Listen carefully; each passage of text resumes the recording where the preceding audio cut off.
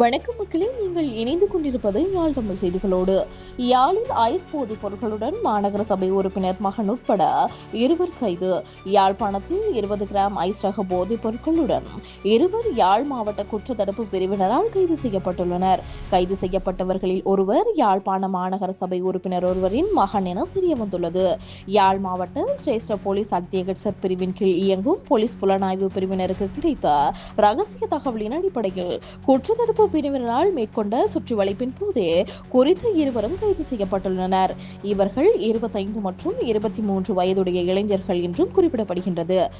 கைது செய்யப்பட்ட இருவரில் ஒருவர் வன்முறை கும்பல்களுடன் தொடர்புடையவர் எனவும் அவரிடமிருந்து அபாயகரமான வாள் ஒன்று கைப்பற்றப்பட்டுள்ளதாகவும் போலீசார் தெரிவித்துள்ளனர்.